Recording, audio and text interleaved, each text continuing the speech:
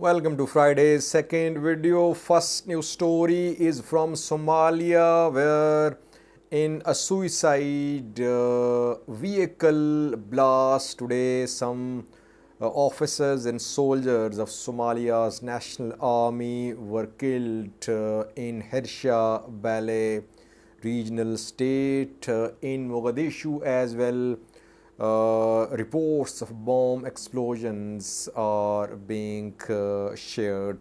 Second news story is about a former Tigray administrator. When Ethiopian National Defense Force took control of Mekelle, after that he was appointed as the head of Tigray's interim government.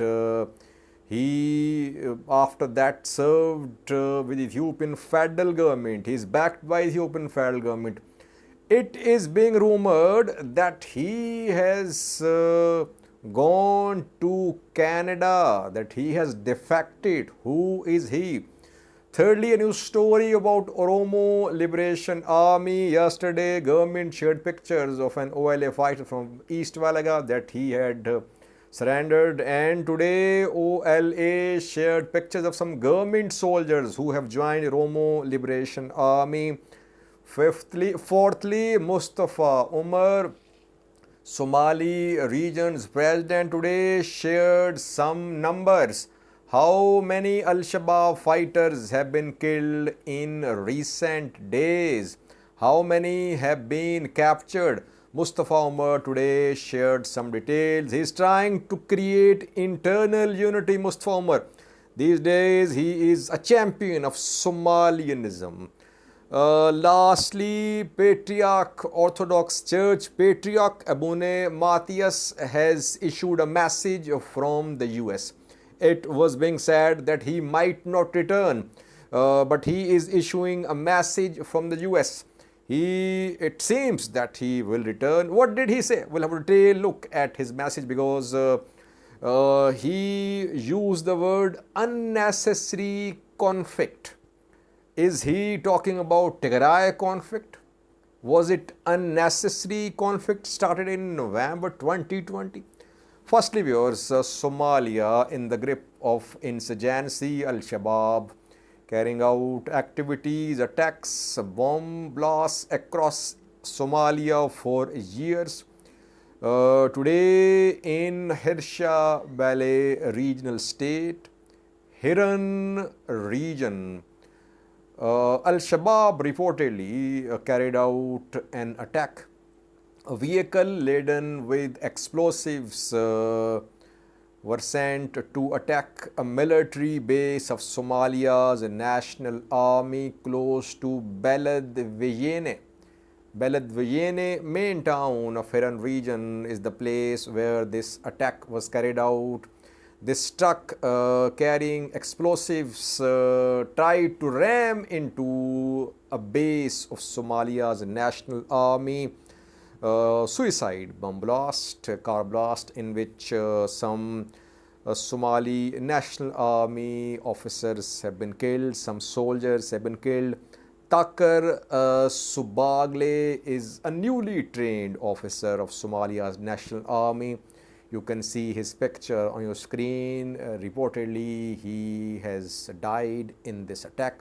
Some soldiers have been killed too. He was leading a contingent of Gorgor, which is Turkish-trained counter-insurgency force, Somalia's force, trained by Turkey. He was killed in this attack.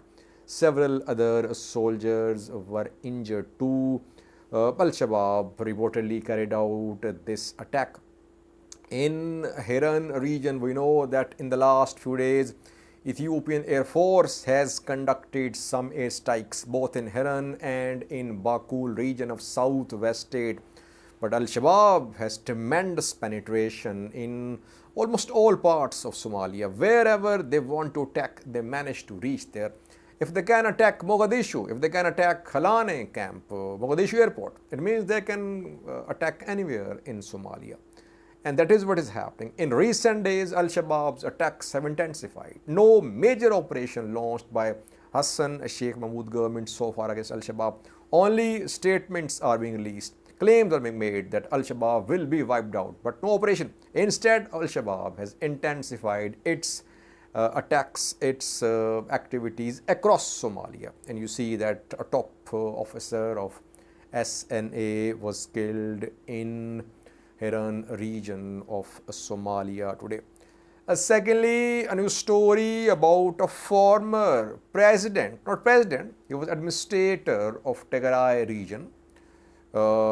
He was appointed as administrator of Tigray region after Tigray forces, Tigray government was removed from Mekelle. In November 2020, Ethiopian federal government launched a military offensive on Tigray. Tigray regional government was removed from Mekelle and an interim setup was installed in Mekelle. Mulu Nega was appointed as interim administrator of Tigray. Then fighting went on from November 2020 till June 2021. At the end of June 2021, Tigray forces returned to Mekelle and the interim setup came to an end. Mulu Nega kept on serving with the Ethiopian federal government. He was serving as Minister of Science a few months ago. Where is he now? Rumors, unconfirmed reports are being shared that he has defected, that he is going to seek asylum, or he has gone to Canada. And these rumors are not being shared by pro-Tigray news sources. These rumors, unconfirmed reports are being shared by pro-government news sources. They claim that Mulu Nega has defected. He's gone to Canada forever. We tried to contact Mulu Nega. We could not reach him. We'll update you in coming hours. But Mulu Nega is pro-Ethiopian government. He worked with PM Abiy. He did not work with Tigray government. Abraham Bale, Minister of Defense. He also served in Tigray's interim setup when Tigray forces were fighting to remove that setup. Abraham Bale is still part of Ethiopian federal government. He is Minister of Defense, I think. But Mulu Nega has reportedly defected. He is in Canada. In coming videos, we'll try to update you about the whereabouts of Mulu Nega. Where is he? Is he in Canada? Has he defected? If he has defected, what is the reason? A few weeks ago, we heard rumors about a former Ethiopian ambassador to US, that he has defected when he was replaced by Engineer Selassie, that he was against the new appointment of Engineer Selassie in his place. But later, the man returned to Ethiopia. He did not defect. Let's see. We'll update you in coming videos about Mulu Nega, former interim administrator of Tigray. Has he defected or not? Thirdly, viewers, Oromo Liberation Army today shared pictures of newly captured government soldiers. Yesterday, Ethiopian state media showed pictures of an OLA fighter that he had surrendered in East Valaga, and today OLA shared pictures of some government soldiers who have joined OLA. According to OLA, OLA claims they have joined these government soldiers. They have joined Oromo Liberation Army. You can see the picture on your screen. At least 5 government soldiers can be seen with 1 OLA fighters. OLA-backed news sources claim that these soldiers have joined the Oromo Liberation Army. Have they joined or have they been taken prisoner? We don't know. Sometimes those who are taken prisoner are shown as defectors. It happens. So we don't know. But these 5 government soldiers are in the custody of Oromo Liberation Army. No news about the operation which was conducted, which was announced by Ethiopian PM Abiy, that OLA, that those involved in Valaga, Shene would be wiped out, that OLA commanders were running for their lives. We don't know what is happening. No update from the government about the operation, what happened, what is happening, how many OLA commanders killed, captured. Instead, these 5 soldiers can be seen in the custody of Oromo Liberation Army. Fourthly, viewers, Somali region's president Mustafa Umar today shared some details about Al-Shabaab fighters, how many have been killed, how many have been captured by the Somali regional government of Ethiopia. Around 2 weeks ago, Al-Shabaab tried to gain a foothold in the Somali region of Ethiopia. Hundreds of Al-Shabaab fighters carried out attacks on Ethiopian forces in Yiz and Ato towns. Then they entered from Bakul region of Somalia. They entered Afdir zone of the Somali region. They tried to set up bases in mountainous areas, but they were hunted down, and Al-Shabaab suffered losses. Al-Shabaab had to retreat from Ethiopia. Al-Shabaab could not gain any strong foothold in Ethiopia. Mustafa Umar claims that 800 Al-Shabaab fighters have been killed in recent days since the start of this operation against Al-Shabaab fighters. Secondly, 100 have been captured, and Somali regional government today shared pictures as well of Al-Shabaab fighters who are in the custody of the regional forces. I have shared pictures, videos of Al-Shabaab fighters who were captured by Ethiopian forces. You can see the pictures on your screen shared by Mustafa Umar. These are Al-Shabaab fighters captured by Somali region's forces. 100 captured, 800 killed. And Mustafa Umar says that Al-Shabaab has learnt a lesson by launching this misadventure into Ethiopia.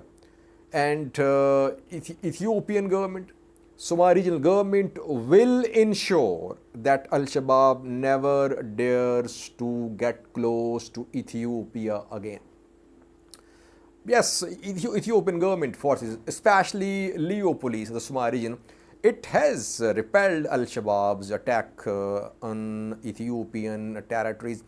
In some recent speeches in Jigjaga, Mustafa Umar tried to prove that he was a true Somali. He said that he changed the flag of the region to give it true identity of Somalis.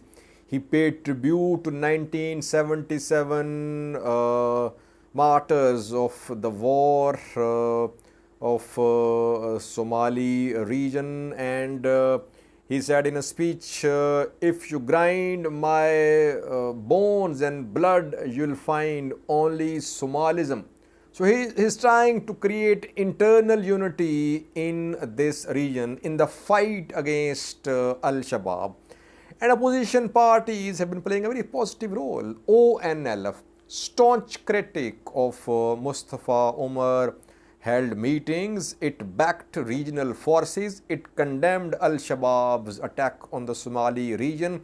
Its workers announced to stand with the regional forces. So overall, opposition parties and government in power both were united against the armed group from Somalia, Al-Shabaab. That is why Al-Shabaab suffered losses.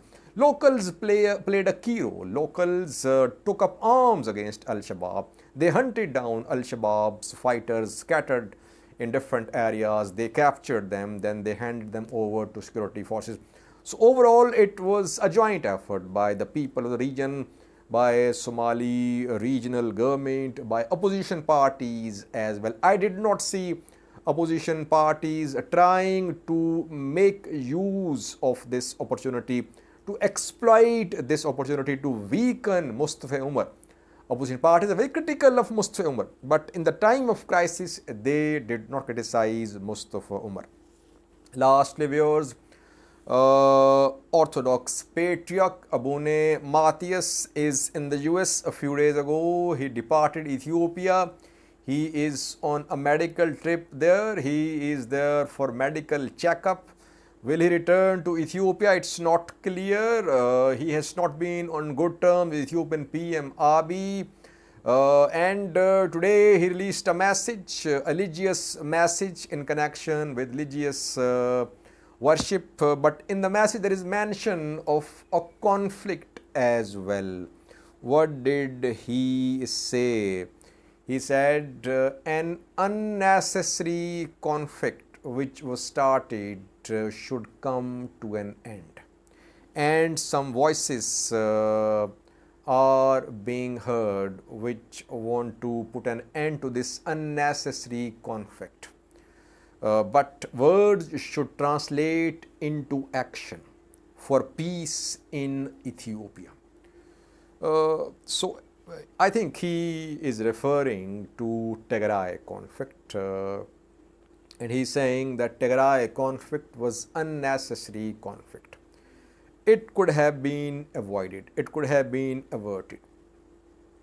Question is, did Ethiopian Orthodox Church play any role in avoiding the war which started in November 2020? Before the 3rd of November 2020, which role did the Orthodox Church play to prevent the war? I don't know about any significant role played by the church back then. But now when the church is saying it is unnecessary conflict, measures should have been taken before the start of the conflict. Now in Oromia, conflict is ongoing. It could spread. Who is involved there to put an end to the conflict? No one. No religious authority. No influencers are calling for an end to conflict. Some are pro-OLA, some are against OLA. Conflict is spreading. Gradually, Oromia is becoming destabilized. On daily basis, we are receiving reports about attacks, about killings across Oromia. And then we receive reports suddenly about large-scale attacks as well. People start condemning one or the other party, then a new attack, and it goes on. So conflicts should be averted before their start. After they start, it becomes difficult. Now, Tigray conflict is dormant. It is the time to put an end to this conflict and to stop other conflicts from growing out of control, like the one we are seeing in Oromia. It should be given priority as well. Tigray conflict should be topmost priority. After that, Oromia's conflict should not be taken lightly. It must be resolved too. Will Abune Mathias return to Ethiopia? It seems that he'll return to Ethiopia because he is issuing a message from the US. It means that he will return to Ethiopia. Let's see. Thank you for watching.